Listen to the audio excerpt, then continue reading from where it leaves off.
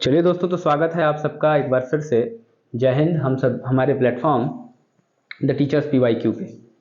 दोस्तों, जैसा कि हमने कहा था आपसे कि हम पॉलिटी के चैप्टर्स पढ़ाने के अलावा एक ऐसा टॉपिक चैप्टर भी लाएंगे जिसमें हम क्वेश्चंस को कराएंगे, प्रश्नों को कराएंगे, प्रीवियस ईयर प्रश्नों को कराएंगे, MCQs कराएंगे, अलग से क्वेश्चन ऐड ऑन करेंगे। ये पूरी मतलब एक व्याख्या कराएंगे, हम समय की कराएंगे। जैसे कि हमने पहले चैप्टर भारत के संवैधानिक विकास को भली भांति पढ़ लिया था। अब इस चैप्टर से जुड़े प्रश्नों को हमें पढ़ना है। भारत का संवैधानिक विकास कंपनी के शासन हेतु जो भी पारित अधिनियम थे, 1773 का एक्ट, 1784, 93, 1813, 33, 1858, 1861 भारत परिषद अधिनियम। इसी क्रम में आते आते हम 1909, 1919, 1947 भारत स्वतंत्रता अधिनियम, इन सब से जुड़े प्रश्नों को करने जा रहे हैं। तो चलिए, सबसे पहले हम जिस चैप्टर की शुरुआत करते हैं उसका क्या नाम है? भारत का संवैधानिक विकास।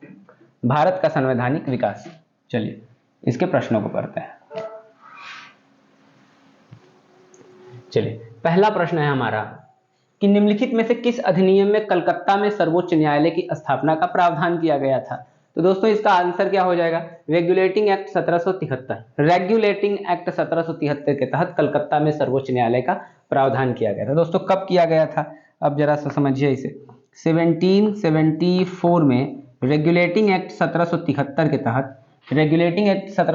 के तहत कलकत्ता में क्या किया गया? सर्वोच्च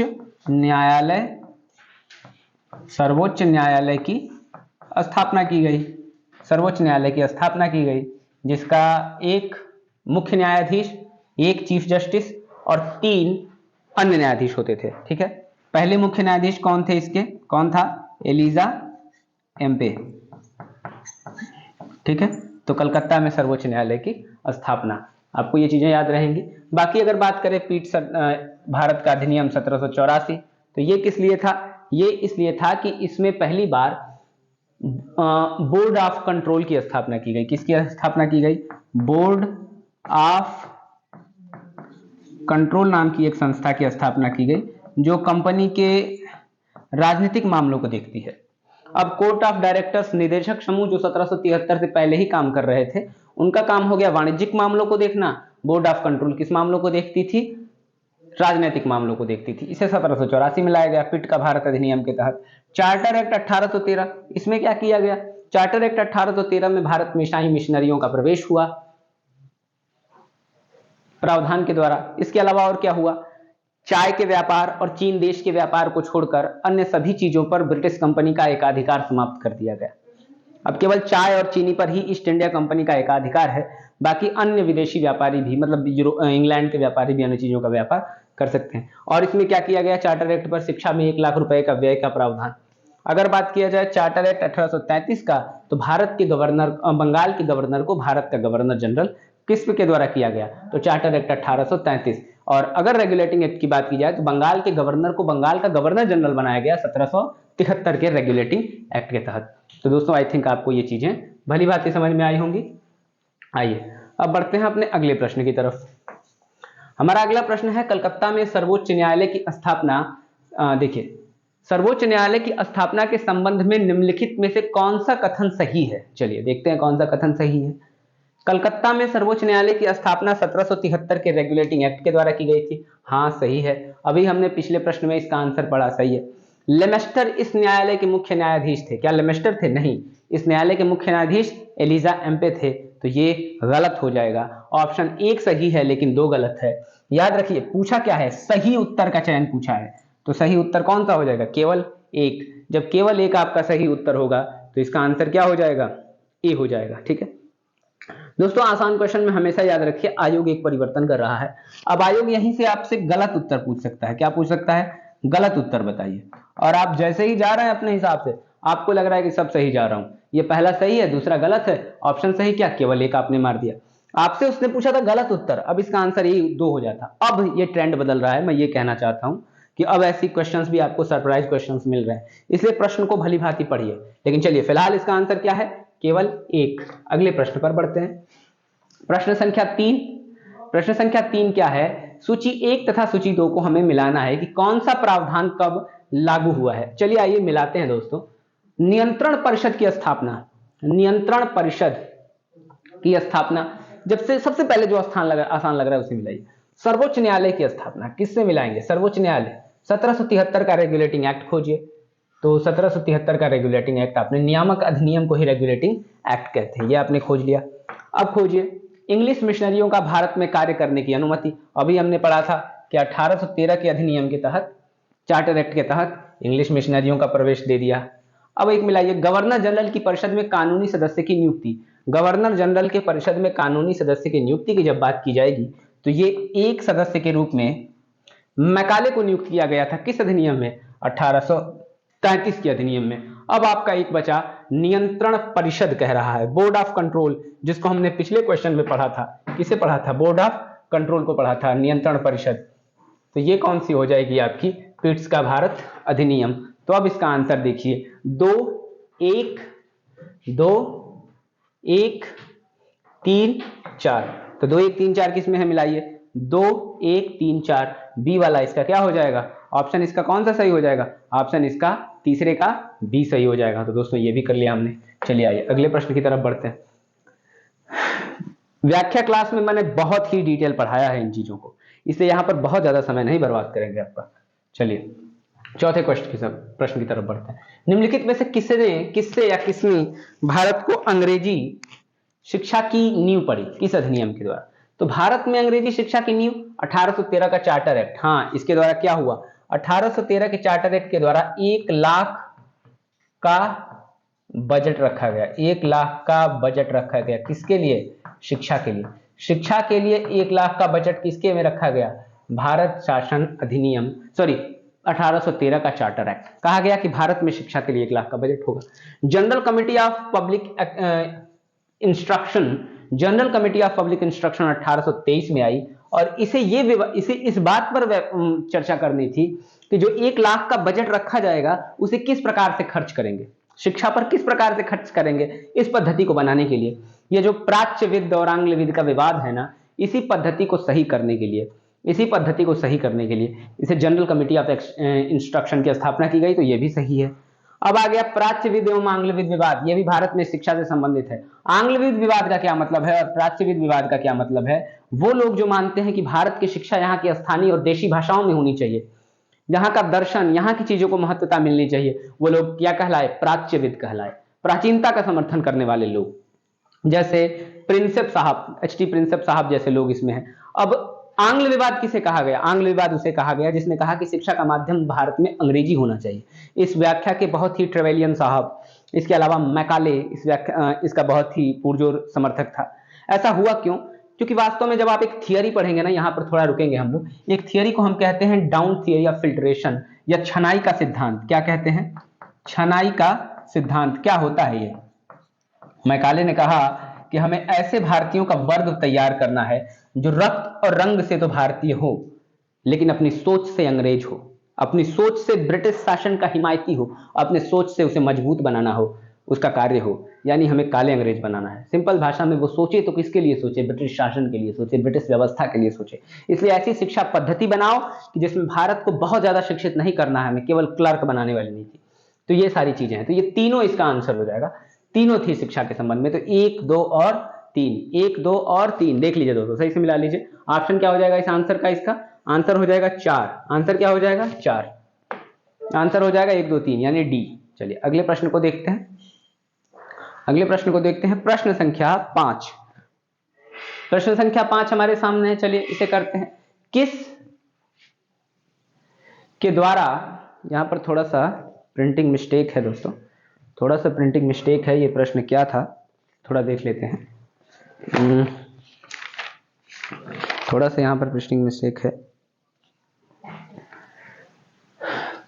ब्रिटिश, चाय और चीन। अच्छा, ये पूछ रहा है कि किस अधिनियम के द्वारा ब्रिटिश संसद ने, थोड़ा सा यहां पर सॉरी इसके लिए, ये थोड़ी मिस्टेक है।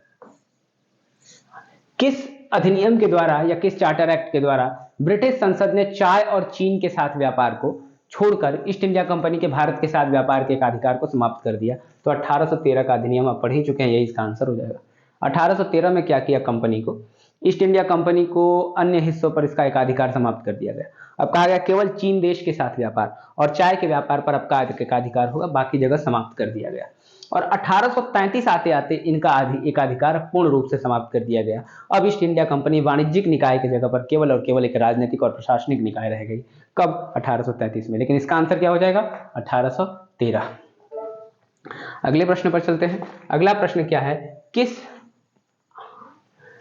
फिर से यही दिक्कत है दोस्तों, किस अधिनियम के द्वारा ब्रिटिश संसद ने चाय और चीनी, नहीं दोस्तों ये तो वही प्रश्न है, हमें प्रश्न संख्या 6 की तरफ बढ़ना है। चलिए, ब्रिटिश संसद ने किस अधिनियम ने भारत में व्यापार में ईस्ट इंडिया कंपनी के एकाधिकार को समाप्त कर दिया? ब्रिटिश संसद ने किस अधिनियम ने भारत की व्यापार पर ईस्ट इंडिया कंपनी के एकाधिकार को समाप्त कर दिया? प्रश्न दोस्तों आराम से पढ़ लीजिए कि प्रश्न आपसे पूछ क्या रहा है। अभी मैंने पिछले प्रश्न में इसका आंसर बताया है, इसलिए आपको कोई भी कंफ्यूजन नहीं होना चाहिए। देख लिया?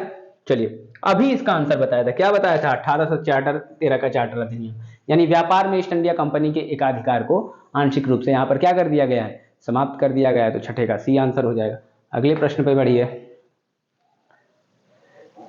7वां, 1813 का चार्टर अधिनियम के संबंध में निम्नलिखित कथनों पर विचार कीजिए। चलिए 1813 के चार्टर अधिनियम पर विचार करते हैं।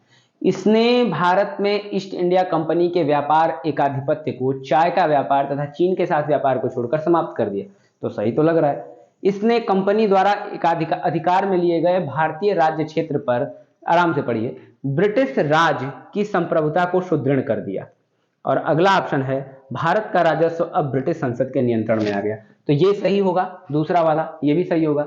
यानी इसने कंपनी द्वारा अधिकार में लिए गए भारतीय राज्य क्षेत्रों पर ब्रिटिश राज की संप्रभुता को सुदृढ़ कर दिया, ये भी सही है। लेकिन भारत का राजस्व अब ब्रिटिश संसद के नियंत्रण में आ गया, ये गलत है, क्योंकि 1858 तक वेट करना पड़ेगा ब्रिटिश संसद को, जब उस राजस्व उनके अंतर्गत आएगा, जब ताज का शासन हो जाएगा, यानी क्राउन का शासन हो जाएगा कंपनी के स्थान पर, संसद का शासन हो जाएगा। तो ये गलत है। तो 1 और 2 इसके सही आंसर होंगे। तो इसका आंसर क्या हो जाएगा? 7वें का, मिलाइए। 7वें का आंसर क्या हो गया? 7वें का आंसर ए हो गया दोस्तों। कौन सा आंसर हो गया 7वें का? 7वें का आंसर ए हो गया। मिला लिया? चलिए अगले प्रश्न की तरफ बढ़ते हैं। अगला प्रश्न है 1813 का चार्टर अधिनियम के संबंध में, 1813 का चार्टर अधिनियम के संबंध में निम्नलिखित कथनों पर विचार करना है। नहीं, अभी तो देखा इसे। 8वां प्रश्न, किस अधिनियम ने भारतवासियों को अपने देश के प्रशासन में कुछ हिस्सा लेना संभव बनाया? किस अधिनियम ने संभव बनाया कि भारत के लोग अपने देश के प्रशासन में हिस्सा ले सकते हैं? दोस्तों 1835 का जो अधिनियम आया, उसने कहा कि रंग, वर्ण और धर्म को हम आधार नहीं बनाएंगे, इसके अलावा हर भारतीयों को ब्रिटिश शासन में रोजगार पाने, ब्रिटिश शासन में स्थान पाने का अधिकार होगा।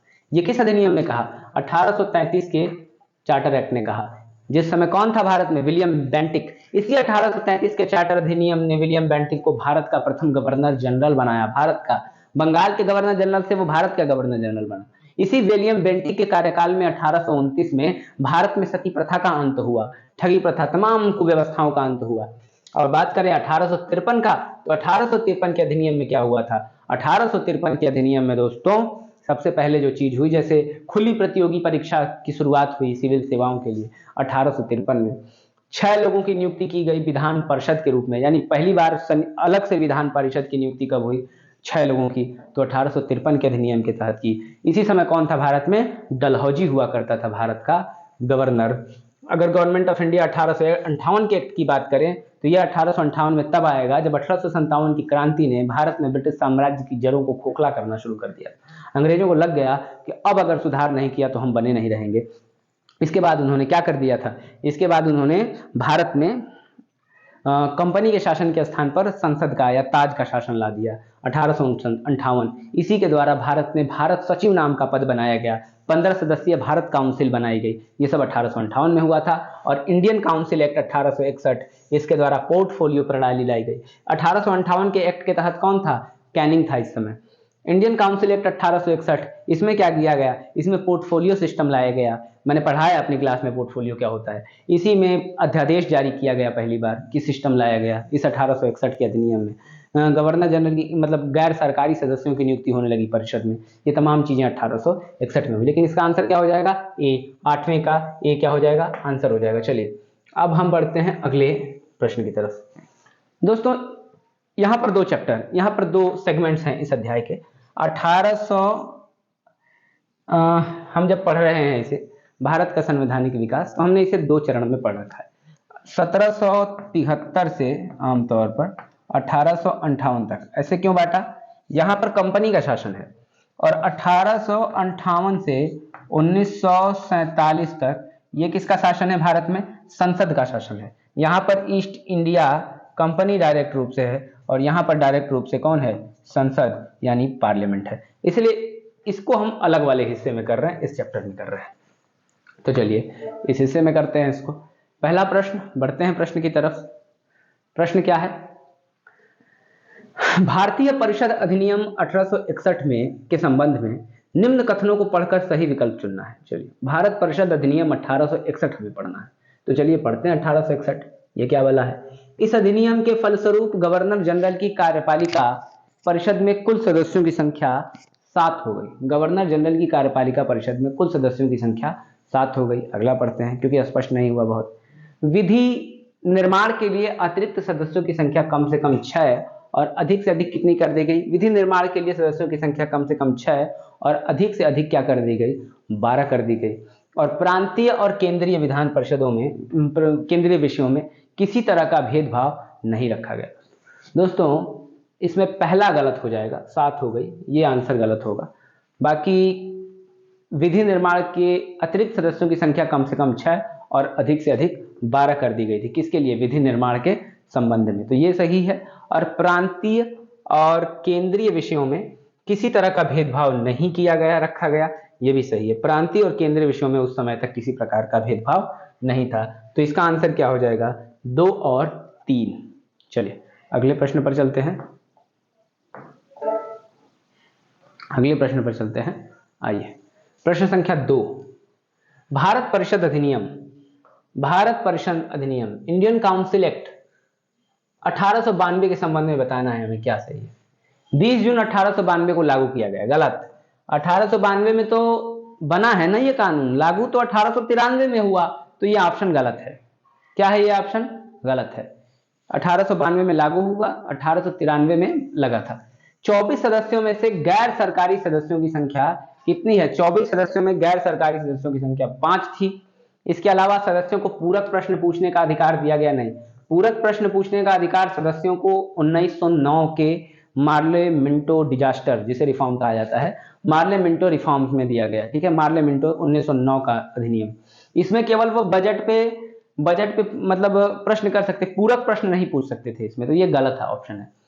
तो अब देखिए, चलिए मिलाकर देखते हैं क्या है। अब इसमें पूछा है कौन से सही हैं, तो एक तो गलत है, तो एक किसी में नहीं होगा, इसमें भी नहीं होगा, ये भी नहीं होगा, इसमें भी नहीं होगा। अब केवल 2 कह रहा है, कौन सा सही है? केवल 2, तो केवल 2 भी इसका आंसर सही नहीं होगा। 24 सदस्यों में गैर सरकारी सदस्यों की संख्या 5 थी, तो ये भी ऑप्शन गलत है। तो दोस्तों इसका आंसर क्या हो जाएगा? इसका आंसर क्या हो जाएगा? वास्तव में ये इस क्वेश्चन का कोई डायरेक्ट आंसर नहीं दिया गया है, इस क्वेश्चन के लिए स्टार बनाया गया है। ठीक है, प्रीवियस ईयर का क्वेश्चन है ये, इसके लिए स्टार बनाया गया है। चलिए अगले प्रश्न की तरफ बढ़ते हैं। हमारा अगला प्रश्न है, निम्नलिखित में से किस अधिनियम के अंतर्गत भारतीय विधान परिषद को बजट पर बहस करने की शक्ति प्राप्त हुई?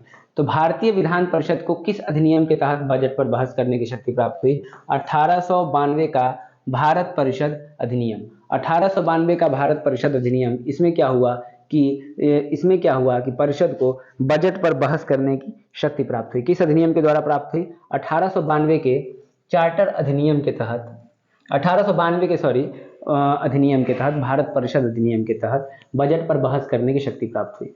अभी पिछले क्वेश्चन में लिखा था कि 92 में बजट पर क्या पूरक प्रश्न पूछना, नहीं, वो 1909 में हुआ था। लेकिन परिषद के जो सरकारी परिषद जो है वो बजट पर क्या कर सकती थी? बहस कर सकती थी। यहां तक शक्ति प्राप्त हो गई है। ठीक, आगे बढ़ते हैं अगले प्रश्न पर। अगला प्रश्न है चौथा, ब्रिटिश भारत में सांप्रदायिक प्रतिनिधित्व की व्यवस्था निम्नलिखित में से किस अधिनियम के द्वारा की गई? तो दोस्तों इसका आंसर तो हम सबको पता ही होना चाहिए, 1909 में क्या किया गया? मुसलमानों के लिए एक पृथक निर्वाचन, यानी इसे हम क्या कहते हैं? इसे और अच्छे तरीके से लिखें हम तो सांप्रदायिक निर्वाचन कर दिया गया। ये वास्तव में भारतीय समाज को बांटने वाला कार्य था। मतलब मुसलमान को सिर्फ मुसलमान ही चुन सकते हैं। सोचिए कितना गलत है, कितना राजनीतिक एक प्रकार की दूरी आ जाएगी भारत के समाजों में।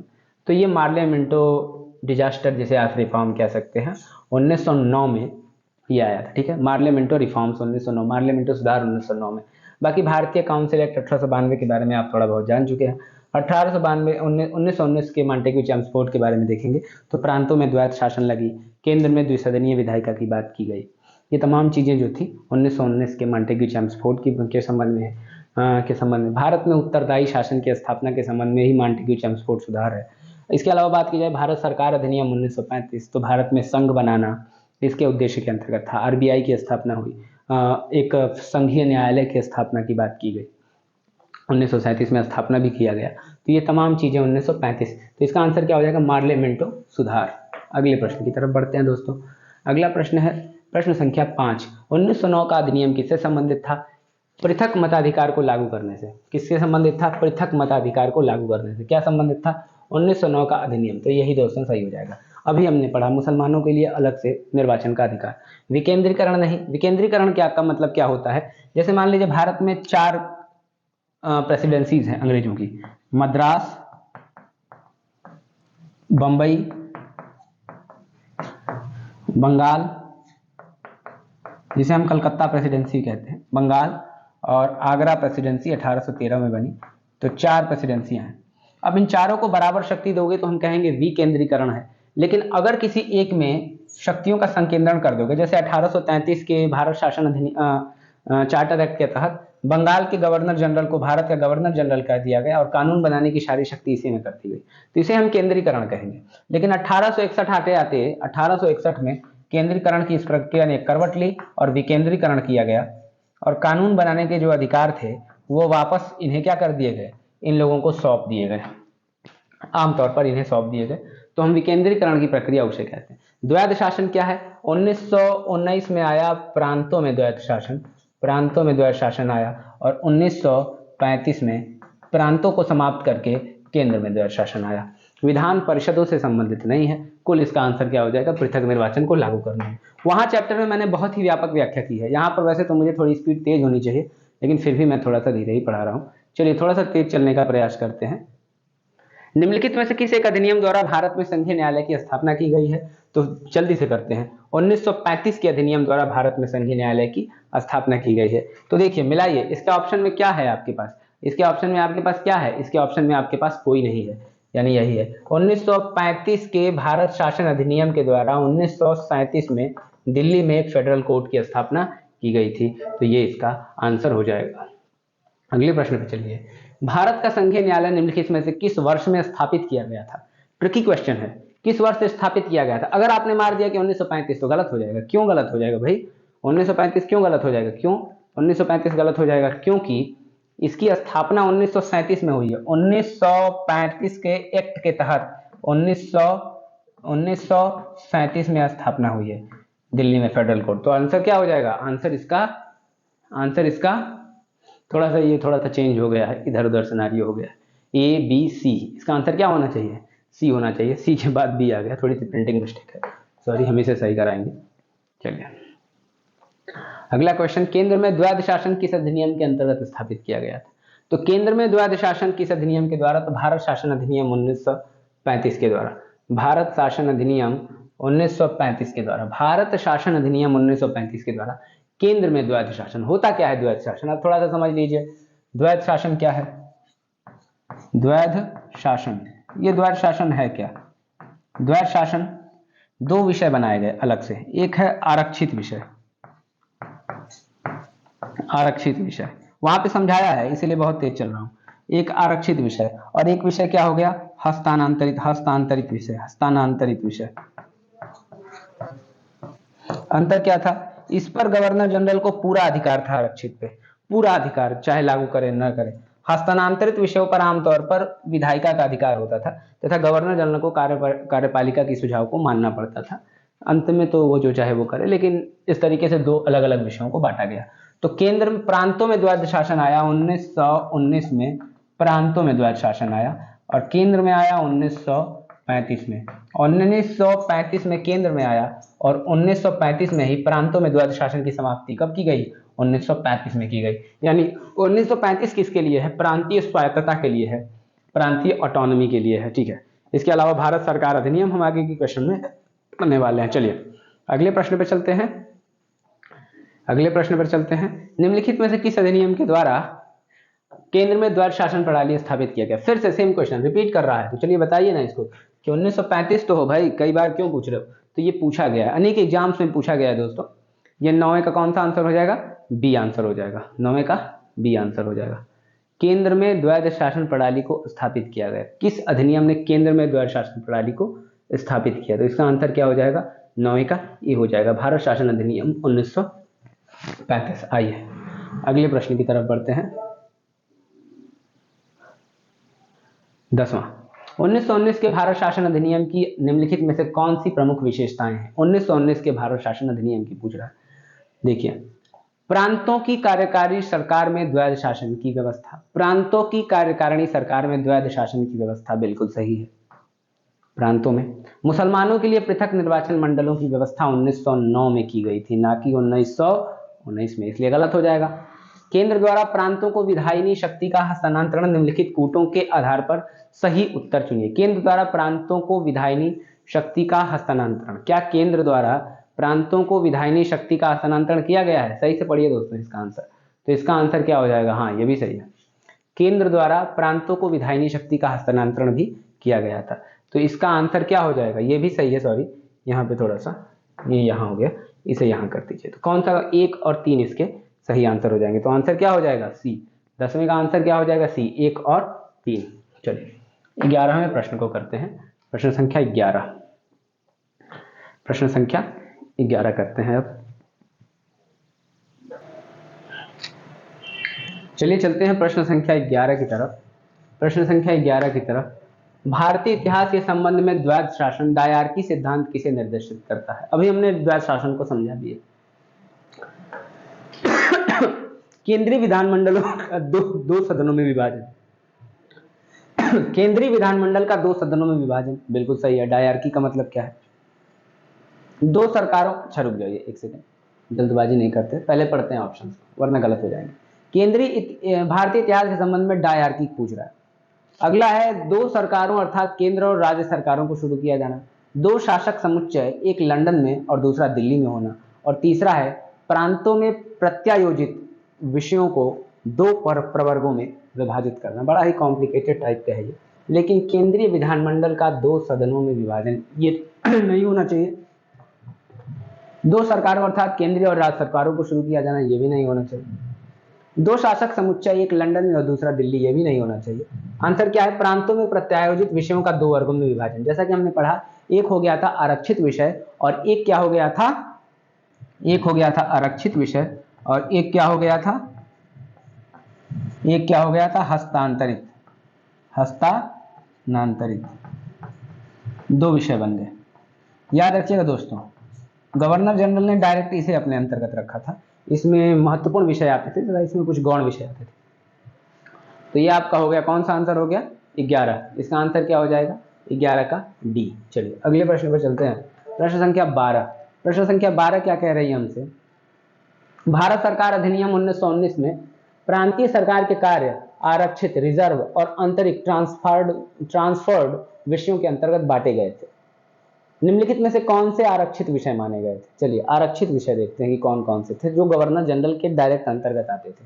आरक्षित विषय 1919 में गवर्नर के अंतर्गत आते थे। ठीक है, तो चलिए निम्नलिखित में से कौन से आरक्षित विषय माने गए? न्याय प्रशासन, बिल्कुल ब्रिटिश कभी डायरेक्ट नहीं छोड़े, तो ये उनके अंतर्गत माने जाएंगे, आरक्षित है। स्थानीय स्वशासन को उन्होंने दे दिया, कहाँ? ले जाओ, इसे तुम अपने आप पास रख लो, मतलब इसे हस्तांतरित कर दिया। भू राजस्व को भी हस्तांतरित कर दिया, क्योंकि भू राजस्व बहुत ही महत्वपूर्ण है ना, तथा पुलिस को भी अपने अंतर्गत रख लिया। यानी 1, 3, 4 ऑप्शन क्या हो जाएगा? सी। तो इसको मिला लीजिए और सही तरीके से कर लीजिए। चलिए तेज करते हैं दोस्तों। अगर आपको पूरी व्याख्या डिटेल चाहिए तो आप निश्चित तौर पर मेरी पहली क्लास में जाइए, भारत का संवैधानिक विकास। वहां पर मैंने बहुत ही बेहतरीन तरीके से, बहुत ही आराम से चीज़ों को पढ़ाया है। इसलिए वहां से पढ़िए ताकि आपको चीजों को समझ में आए। यहाँ पर हम लघु व्याख्या करेंगे ताकि किसी का टाइम बर्बाद ना हो। निम्नलिखित में से किसने ब्रिटिश भारत में प्रांतीय स्वायत्तता की शुरुआत की? तो ब्रिटिश भारत में प्रांतीय स्वायत्तता की शुरुआत किसने की है? ब्रिटिश भारत में प्रांतीय स्वायत्तता की शुरुआत 1935 के अधिनियम के द्वारा हुई। 1935 के अधिनियम के द्वारा भारत में प्रांतीय स्वायत्तता की शुरुआत हुई। प्रांतीय स्वायत्तता की शुरुआत हुई। दोस्तों ये प्रश्न थोड़ा सा कॉम्प्लिकेटेड है, ये झारखंड का प्रश्न है। अगली बार से हम प्रश्न में ये भी लिखवा देंगे कि कौन से किस आयोग में किस वर्ष पूछा गया है। ये झारखंड पीसीएस में एक बार पूछा गया था और इसका आंसर उन्होंने पहले तो सी माना, बाद में डी मान लिया, इसीलिए हम मेरे हिसाब से ये आंसर सही नहीं होना चाहिए। प्रांतीय स्वायत्तता की बात की तो देखिए 1919 में प्रांतों में द्वैध शासन लगा था और प्रांतों में द्वैध शासन 1935 में द्वैध शासन समाप्त किया गया। जब प्रांतों में 1935 में द्वैध शासन समाप्त किया गया तो प्रांतीय स्वायत्तता 1935 होनी चाहिए इसका आंसर, लेकिन झारखंड आयोग ने सी डी माना है, लेकिन आमतौर पर इसका आंसर सी ही होना चाहिए। चलिए, चाहे आप जो किताब पढ़ें वहां पर यही आंसर मिलेगा आपको। चलिए अगले प्रश्न पे चलते हैं। भारतीय विधान पालिका प्रथम बार द्विसदनीय बनाई गई कब? भारत की जो विधान पालिका है, विधान पालिका यानी कानून बनाने का संघ, सरकार के कितने अंग है? सरकार के कार्यपालिका, न्यायपालिका और विधायिका। विधायिका विधान बनाएगी, कार्यपालिका लागू करेगी, इंप्लीमेंटेशन, न्यायपालिका न्याय प्रदान करेगी। तो विधान पालिका विधान बनाने वाले प्रथम बार द्विसदनीय कब बनाई गई भारतीय विधान परिषद को? तो 1919 के एक्ट के द्वारा। भारत सरकार अधिनियम 1919 जिसे क्या कहते हैं? मॉन्टेग्यू चेम्सफोर्ड रिफॉर्म्स कहते हैं। इसके द्वारा क्या किया गया? प्रथम बार विधायिका को क्या बनाई गई?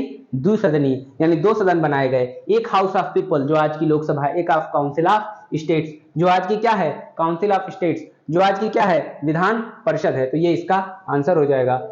अगले में चलिए केंद्र में द्विसदनीय विधायिका बात की जाएगी द्विसदन की तो 1919। अगर राज्यों में द्विसदन की बात जाएगी, आज राज्यों में भी देखते हैं कुछ राज्य ऐसे हैं जहां विधानसभा और विधान परिषद 2 हैं, हर राज्य में नहीं है। जैसे कर्नाटक हो गया, महाराष्ट्र हो गया, तेलंगाना, आंध्र प्रदेश, उत्तर प्रदेश और बिहार, ये 6 राज्य ऐसे हैं जहां की विधानसभा द्विसदनीय है और जगहों पे तो नहीं है। तो 1935 में इस प्रक्रिया की शुरुआत हुई थी कि प्रांतों की विधानसभा भी क्या कर दी गई? द्विसदनीय कर दी गई। कुछ प्रांतों में किया गया था ऐसा। चलिए अगला प्रश्न, प्रश्न संख्या 15, यानी केंद्र में द्विसदन पूछेगा तो 1919, प्रांत में द्विसदन पूछेगा तो 1935। कौन सा एक्ट द्विसदनीय विधायिका लाया? केंद्र में पूछ रहा है, ध्यान रखिएगा कौन सा एक्ट, फिर कहिए ना 1919 का एक्ट केंद्र में द्विसदनीय विधायिका लाया है, नो कंफ्यूजन। चलिए निम्नलिखित कथनों पर विचार करना है। मॉन्टेग्यू चेम्सफोर्ड डिजास्टर, सॉरी मैं बार-बार डिजास्टर्स बोल देता हूं, इससे दिमाग में जो है वही निकल जाता है। मॉन्टेग्यू चेम्सफोर्ड सुधारों में 21 से अधिक आयु की सभी महिलाओं के लिए मताधिकार की संस्तुति की गई। क्या 21 वर्ष से अधिक की सभी महिलाओं को उन्होंने मताधिकार दे दिया? देखिए प्रत्यक्ष निर्वाचन का अधिकार अगर पूछा जाएगा तो सबसे पहले 1919 में ही मिला था, लेकिन भारत की जनता को एक बहुत ही छोटे वर्ग में जो कर दे सकते थे, जो ऐसी चीज जो बहुत ही संपन्न वर्ग थे, ऐसों को मताधिकार दिया गया। सभी महिलाओं को नहीं दिया गया, महिलाओं को दिया गया लेकिन कुछ महिलाओं को दिया गया। सभी लिखा है, इसीलिए क्वेश्चन क्या हो जाएगा? यह ऑप्शन क्या हो जाएगा? गलत हो जाएगा। अगला है 1935 के गवर्नमेंट ऑफ इंडिया एक्ट में विधानमंडल में महिलाओं के लिए आरक्षित स्थानों का प्रावधान किया गया। अब पूछ रहा है आपसे कि उपर्युक्त में से कौन सा सही है? उपर्युक्त में से कौन सा सही है? गवर्नमेंट ऑफ इंडिया एक्ट में विधानमंडल में महिलाओं के लिए आरक्षित स्थानों का प्रावधान किया गया है, तो ये आपका ऑप्शन सही हो जाएगा। तो केवल 2 सही होगा, केवल 2। कौन सा? केवल 2। पहला क्या है? गलत है। क्यों? क्योंकि सभी लिखा है। आप ये सोच लीजिए कि बहुत बाद में 35 के बाद भी अंग्रेजों ने जब अधिकार दिया बड़े पैमाने पर मताधिकार, तब भी केवल जनसंख्या के 10% को ही मताधिकार था। पूरे यूनिवर्सल एडल्ट फ्रेंचाइज जिसे हम सार्वभौमिक वयस्क मताधिकार कहते हैं, वो नहीं मिला था। तब कैसे सभी महिलाएं वोट देंगी? तो ये आपको याद हो जाना चाहिए। चलिए अगले प्रश्न की तरफ बढ़ते हैं। अगला प्रश्न क्या है? प्रश्न संख्या 17। प्रश्न संख्या 17 क्या कह रहा है कि भारतीय सिविल सेवा के संदर्भ में निम्नलिखित कथनों में से कौन सा कथन सही है? सिविल सेवा के बारे में पूछ रहा है। भारत सरकार अधिनियम 1919 में भारतीय सिविल सेवा के लिए एक अलग परीक्षा का प्रावधान किया गया जो भारत में होनी थी। तो अब चलिए सही लग रहा है। अगला ऑप्शन पढ़ते हैं। भारतीय सिविल सेवा में 1941 में भारतीयों का प्रतिशत यूरोपीय वासियों से अधिक था। पहले ऑप्शन को ध्यानपूर्वक पढ़िए, फिर उसके बाद आंसर देने का प्रयास कीजिए। भारत, सॉरी एक सेकंड, एक सेकंड ध्यान से देखिए। चलिए फिर से। भारत सरकार अधिनियम 1919 में भारतीय सिविल सेवा के लिए अलग परीक्षा का प्रावधान किया गया था, जो भारत में होनी थी। ये आंसर सही है। ये क्या है? सही है, भारत में होनी थी। सिविल सेवा आयोग की स्थापना भी 1919 में कर दी गई। पहली बार इसी इलाहाबाद में, आई थिंक हॉलैंड हाल यहाँ पर है, वहीं पर पहली बार सिविल सेवा की परीक्षा का आयोजन भी हुआ था, इसी इलाहाबाद में। तो 1919 के भारतीय सेवा के सिविल सेवा के लिए एक अलग परीक्षा का प्रावधान किया गया, जो भारत में होनी थी। इससे पहले केवल इंग्लैंड में होती थी। भारतीय सिविल सेवा में 1941 में भारतीयों का प्रतिशत यूरोपीय वासियों से अधिक हो गया। एक और कारण था कि ये वो समय था कि अब भारत में काम करना अंग्रेजों के लिए उतना प्रतिष्ठा का नहीं माना जाता था। शुरुआत में क्या हुआ कि 100 सालों तक लगभग अंग्रेज भारत में काम करने के लिए लालायित भी रहते थे, क्योंकि लाभ बहुत ज्यादा था, लाभ बहुत आ जाता था, लूटते वगैरह बहुत ज्यादा करते थे। लेकिन बाद में काफी नियंत्रण लगा दिया कंपनी ने, और ब्रिटिश जो कामगार थे उन्हें उतना अब लाभ नहीं होता था। इसके अलावा पश्चिम में जो उच्च जीवन स्तर था वो शायद यहाँ पर उतना नहीं मिल पाता था जितना यहाँ पर भी। वो बड़े बड़े घरों में रहते थे, तमाम चीजें होती थी, लेकिन फिर भी वो स्तर, तो ये उतनी प्रतिष्ठा का विषय नहीं रह गया था इस समय तक आते आते। लेकिन कहें कि लेकिन यही एक कारण नहीं है। भारतीय सिविल सेवा में भारतीयों का प्रतिशत यूरोपियों से अधिक हो गया, क्योंकि हमारे यहाँ निश्चित तौर पर शिक्षा का भी प्रसार बहुत ही शानदार तरीके से हुआ। चलिए, तो इसका आंसर भी आपने देख लिया, इसका आंसर भी देख लिया। 18वें का आंसर, केंद्रीय विधानसभा के निम्नलिखित में से कौन सा निर्वाचन भारत शासन अधिनियम 1919 के तहत हुआ? कौन सा या कौन से निर्वाचन? 1926, 1937, 1945, ये 3 ऑप्शन दिया है। कौन से निर्वाचन 1919 के तहत हुए? देखिए, 1926 वाला भी हुआ, 1945 वाला भी हुआ, 1937 वाला नहीं। 1937 का निर्वाचन भारत शासन अधिनियम 1935 के तहत हुआ, 1935 के तहत हुआ। तो इसका आंसर क्या हो जाएगा? ए और सी मिलाइए ना, कौन किस में है? ए और सी किसमें ऑप्शन में है? ए और सी आपका किसमें है? ध्यान से देखिए। 18वें की किसमें है? सी में आंसर हो जाएगा आपका। 18वें का क्या हो जाएगा? सी हो जाएगा 18वें का आपका आंसर, ए और सी। बाकी 1937 का जो चुनाव हुआ था, जिसमें कुल 11 प्रांतों का चुनाव हुआ था, जिसमें कांग्रेस ने 6 प्रांतों में सरकार बनाई, ये 1935 के एक्ट के तहत हुआ, याद रखिएगा। बाकी के चुनाव 1919 के एक्ट के तहत हुए। चलिए अगला क्वेश्चन, प्रश्न संख्या 19, प्रश्न संख्या 19। भारत शासन अधिनियम 1919 के अंतर्गत भारतीय विधायिका का अंतिम निर्वाचन किस वर्ष में आयोजित किया गया? भारत शासन अधिनियम 1919 के अंतर्गत भारतीय विधायिका का अंतिम निर्वाचन किस वर्ष आयोजित किया गया?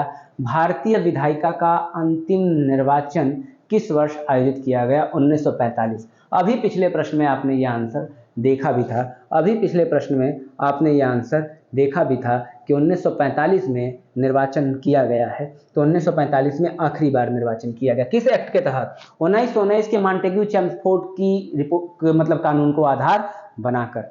चलिए अगले पे चलते हैं। राष्ट्रपति का अध्यादेश निर्गत करने की शक्ति प्रेरित है। राष्ट्रपति के अध्यादेश निर्गत करने की शक्ति किससे प्रेरित है? अगर आपसे पूछा जाए राष्ट्रपति के अध्यादेश निर्गत करने की शक्ति किससे प्रेरित है दोस्तों, तो आप क्या आंसर देंगे? आपको सीधे आंसर देना चाहिए भारत सरकार अधिनियम 1935, यही इसका आंसर हो जाएगा। आज हम भारतीय संविधान की जब बात करेंगे, संविधान के अनुच्छेद 123 में क्या है? 1, 2, 3 अध्यादेश की बात की जाती है। जब संसद का कोई भी एक सदन न चल रहा हो, लोकसभा चाहे राज्यसभा, या दोनों सदन न चल रहा हो, तो कार्यपालिका को यह अधिकार है कि राष्ट्रपति कार्यपालिका यानी कि मंत्रिपरिषद की सलाह पर कोई अध्यादेश जारी कर सकता है। यह आपने पढ़ा है। तो अध्यादेश ये कहां से लिया गया? 1935।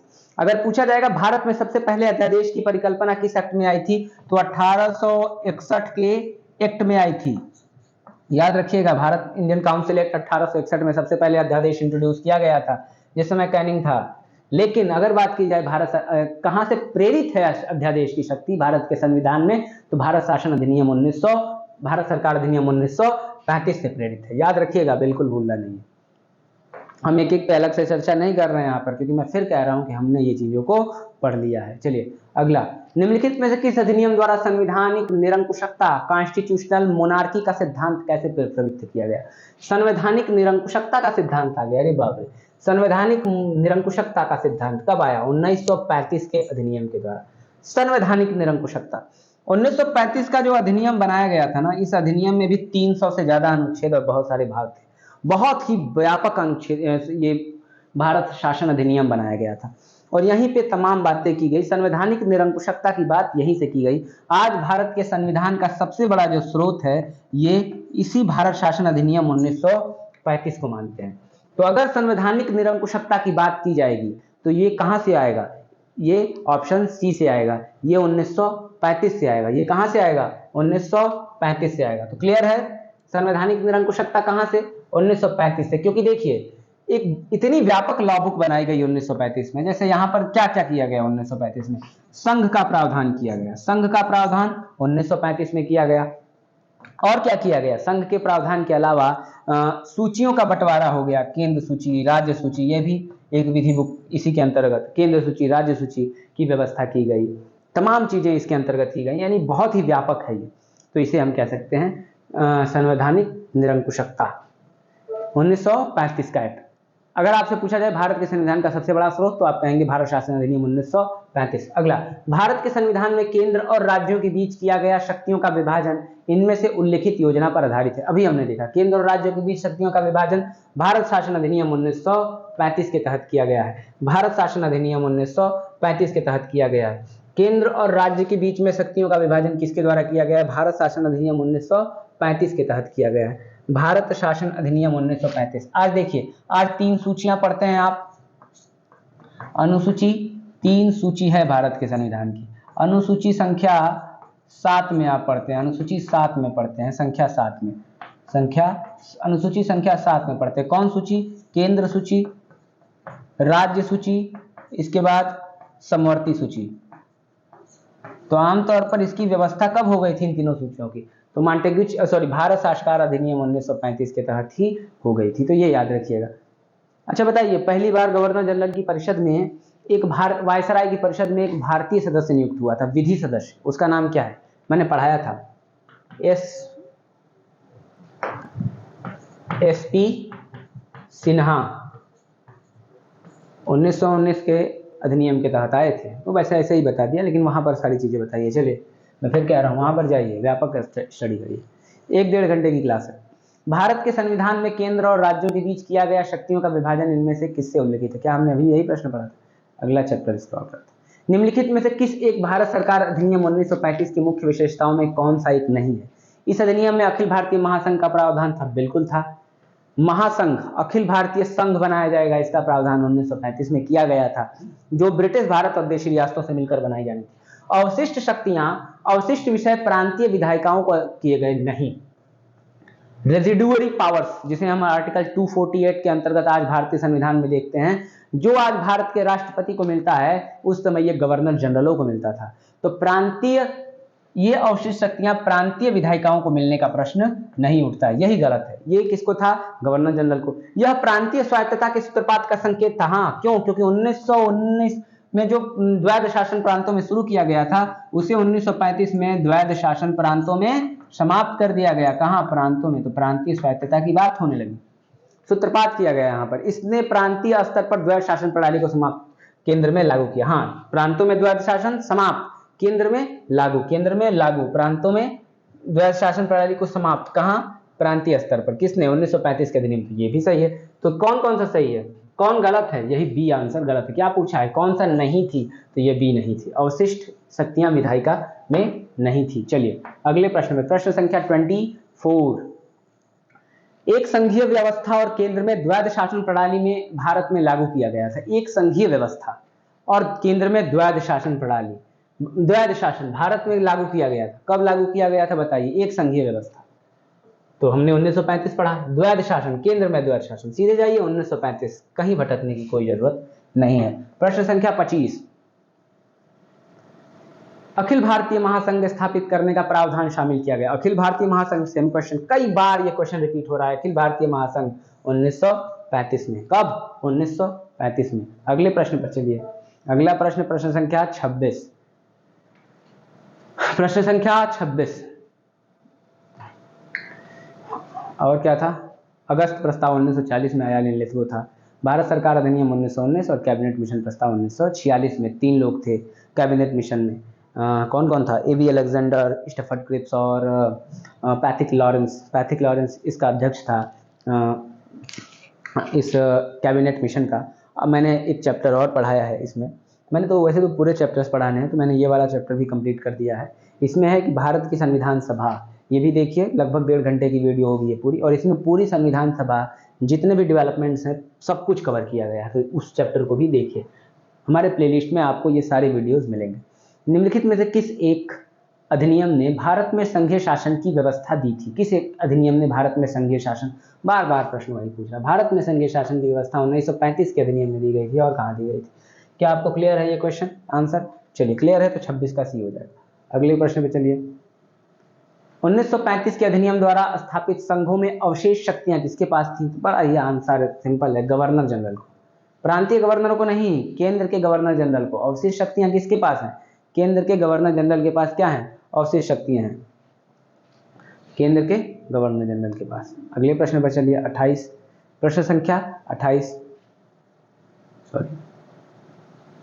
भारत शासन अधिनियम 1935 के तहत प्रस्तावित संघित प्रणाली क्या थी? ऑल इंडिया फेडरेशन थी, फेडरेशन ऑफ इंडिया थी, संयुक्त भारत, यूनाइटेड भारत था, या फिर भारतीय परिसंघ था?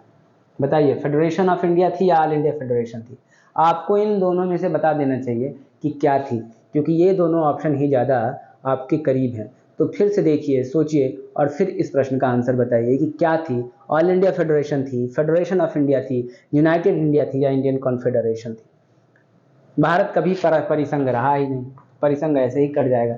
संयुक्त भारत की बात भी नहीं की गई है 1935 के अधिनियम में, किसकी बात की गई है? अब इन दोनों में आकर आप फंसे। ऑल इंडिया फेडरेशन भी नहीं था, क्या था? फेडरेशन ऑफ इंडिया था।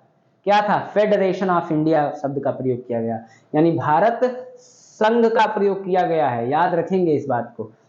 कहीं कहीं अखिल भारतीय संघ लिखता है, लेकिन आमतौर पर जो संघीय प्रणाली बात की जाती है उसे फेडरेशन ऑफ इंडिया, इंग्लिश में क्या लिखा हुआ है? इंग्लिश में वहां पर ऑल इंडिया फेडरेशन नहीं लिखा हुआ है, फेडरेशन ऑफ इंडिया लिखा गया है, इसलिए इंग्लिश वाला याद रखिएगा। भारत संघ, 28 का आंसर क्या हो जाएगा? बी। अब चलिए प्रश्न संख्या 29, 29। निम्नलिखित में से कौन सा एक भारत शासन अधिनियम 1935 में स्वीकार हुआ महत्वपूर्ण और अस्थायी अवयव नहीं है? 1935 का अस्थायी अवयव नहीं या महत्वपूर्ण अवयव नहीं, आइए देखते हैं। देश के लिए लिखित संविधान, देश के लिए लिखित संविधान यही नहीं है दोस्तों। लिखित संविधान की बात नहीं हुई थी 1935 में। हमने किया है अपने इस वीडियो में जिसमें हमने पढ़ा है भारत में संविधान सभा, वहां पर हमने इसको किया है। विधानमंडल के लिए निर्वाचित एवं जवाबदेह प्रतिनिधि, सही है, ये किया गया था कि विधानमंडलों के लिए निर्वाचित और रिस्पॉन्सिबल जवाबदेह प्रतिनिधि होंगे 1935 के अधिनियम के द्वारा। कुल 1935 के अधिनियम द्वारा असम में, मद्रास में, बंबई में, मध्य प्रांत में, बिहार में, उड़ीसा में, संयुक्त प्रांत में, सिंध में, पंजाब में, बलूचिस्तान में, बंगाल में कुल 11 जगहों पर चुनाव कराए गए थे 1935 के अधिनियम के द्वारा, तथा इनमें से लगभग 6 जगहों पर कांग्रेस की सरकार भी बनी थी। तो ये यहाँ पर इसका आंसर ए हो जाएगा। एक संघ की योजना पर विचार तो निश्चित तौर पर हुआ, जिसे हम फेडरेशन ऑफ इंडिया पिछले प्रश्न में पढ़ चुके हैं। विधानमंडल के लिए सरकारी सदस्यों का समवाचित नॉमिनेट किया जाना, विधानमंडल के लिए सरकारी सदस्यों को नॉमिनेट करने की भी प्रावधान इसमें शुरू हो गई थी। लेकिन क्या नहीं था इसमें? क्या नहीं था? ए वाला ऑप्शन, देश के लिए एक अलग से, देश के लिए एक अलग से लिखित संविधान की बात नहीं हुई। अगर बात की जाए तो भारत का संविधान कैसा है? लिखित की अलिखित? भारत का संविधान लिखित है। ब्रिटेन का संविधान कैसा है? अलिखित है। अलिखित का मतलब ये नहीं होता कि किसी देश का संविधान लिखा नहीं गया हो, अंतर ये होता है लिखित और अलिखित में। लिखित संविधान का मतलब है कि लिख के तैयार किया गया। कहा गया, जैसे मान लीजिए कोई किताब है तो कहा जाएगा कि ये कानून की पूरी एक किताब है। आप कहेंगे कि भारत के संविधान का बेयर एक्ट दो, तो कोई आपको एक ऐसी किताब देगा, लाकर कहेगा this is the bare act of Indian constitution, ये संविधान की मूल प्रति है या उसकी कॉपी है। लेकिन अगर आप कहेंगे ब्रिटेन में जाकर कि संविधान की कॉपी दो, तो आपको एकदम किताबों का बंडल थमा देगा। क्यों? क्योंकि वहां पर नियत रूप से संसद जो बनाती रहती है वो संविधान का हिस्सा बनता रहता है, वहां पर ऐसी आपको एक प्रति नहीं मिलेगी। तो इससे हम कह सकते हैं क्या है वो? अलिखित संविधान, जो लिख के तैयार नहीं किया गया हो। काम जारी है। लेकिन हमारे यहाँ क्या है? लिखित संविधान है। हमारे यहाँ क्या है? नम्य और अनम्य का मिश्रण है। चलिए ये सब तो बाद में करेंगे। 1935 का गवर्नमेंट ऑफ इंडिया एक्ट क्यों महत्वपूर्ण है? क्यों गवर्नमेंट ऑफ इंडिया एक्ट 1935 महत्वपूर्ण है भाई? ये भारतीय संविधान का प्रमुख स्रोत है। बिल्कुल है। इसके द्वारा भारत को स्वतंत्रता मिली? नहीं, गवर्नमेंट ऑफ इंडिया एक्ट 1947 के द्वारा मिली। इसमें भारत विभाजन उल्लिखित है, ये भी 1947 में उल्लिखित है। इसके द्वारा रियासतें समाप्त हुई, ऐसी तो कोई बात ही नहीं है, क्योंकि 1935 का एक्ट कहता है कि रियासत और आओ मिलकर हम सभी भारत का संघ बनाएं। तो इसका आंसर क्या हो जाएगा? ए। चलिए बढ़ते हैं अपने इस चैप्टर के आखिरी प्रश्न की तरफ। निम्नलिखित अधिनियमों में से किस अधिनियम के फलस्वरूप बर्मा भारत से अलग हुआ? बर्मा जिसे आज की डेट में हम क्या कहते हैं? म्यांमार कहते हैं, म्यांमार कहते हैं, म्यांमार। जब वर्तमान में वहां पर क्या चल रहा है? सैन्य तख्ता पलट चल रहा है, कू चल रहा है, जिसे हम कू, मिलिट्री कू कहते हैं, सैन्य तख्ता पलट, जहां आंग सान सूकी की सरकार को क्या कर दिया गया है? तबाह, हटा दिया गया है, और वहां पर मिलिट्री ने एक डेमोक्रेटिक गवर्नमेंट को समाप्त कर दिया है। तो किस अधिनियम के तहत बर्मा भारत से अलग हुआ? 1935 के अधिनियम के तहत ही बर्मा यानी इस म्यांमार को भारत से अलग कर दिया गया था। डफरिन के समय, सन मुझे याद नहीं है क्लियर, लेकिन डफरिन का कार्यकाल इसी के दौरान भारतीय राष्ट्रीय कांग्रेस की स्थापना 1985 में हुई थी, 1885 में। इसी के समय म्यांमार बर्मा भारत का अभिन्न अंग, भारत का हिस्सा बन गया था। म्यांमार पर कब्जा कर लिया था अंग्रेजों ने, लेकिन 1935 के गवर्नमेंट ऑफ इंडिया एक्ट के तहत म्यांमार को स्वर्ण पैगोडा वाले इस देश को क्या कर दिया गया? अलग कर दिया गया भारत से। तो ये याद रखेंगे आप दोस्तों। ये पूरी श्रृंखला समाप्त हो गई। ये प्रश्न, ये हमारा चैप्टर पूरा समाप्त हो गया। अगले चैप्टर में मैंने जो दूसरा चैप्टर पढ़ाया है भारत के संविधान सभा के विषय में, हम उसके प्रश्न करेंगे। उम्मीद करता हूं दोस्तों ये प्रश्न आपको पसंद आए होंगे। मुझे आप एक रिकमेंडेशन दे सकते हैं कि क्या प्रश्नों को कराने की रफ्तार बढ़ाई जाए, क्योंकि वहाँ पूरी व्याख्या कराई गई है। एक और कारण से मैं यहाँ पर थोड़ा कुछ एक आध चीज़ें बता देता हूँ। हो सकता है किसी ने तेज पढ़ने के लिए पूरी क्लास नहीं देखी और केवल प्रश्न ही देखा, तो वहाँ पर इसलिए है कि उन्हें थोड़ी सी व्याख्या भी मिल जाए और थोड़ा सा ये भी हो जाए, चीज़ों को हम बैलेंस कर सकें। दोस्तों जैसे इस क्लास में हमने करीब 40 क्वेश्चन किए हैं और 50 मिनट के करीब ये पूरी क्लास है, तो 40 क्वेश्चन में 50 मिनट यानी 1 मिनट का आपका एवरेज भी आएगा और आप काफ़ी चीज़ों को समझ भी लेंगे। तो उस हिसाब से भी ठीक है, व्याख्या भी ठीक है और बहुत तेज भी नहीं है, बहुत धीरे भी नहीं है। तो दोस्तों ये थी हमारी क्लास। मैं उम्मीद करता हूँ कि आपको ये क्लास पसंद आई होगी और निश्चित तौर पे बताइए हमें क्या सुधार करना होगा, हम सुधार भी करेंगे। तो दोस्तों इस क्लास में इतना ही, फिर अगली क्लास में मिलते हैं। जय हिंद दोस्तों, धन्यवाद।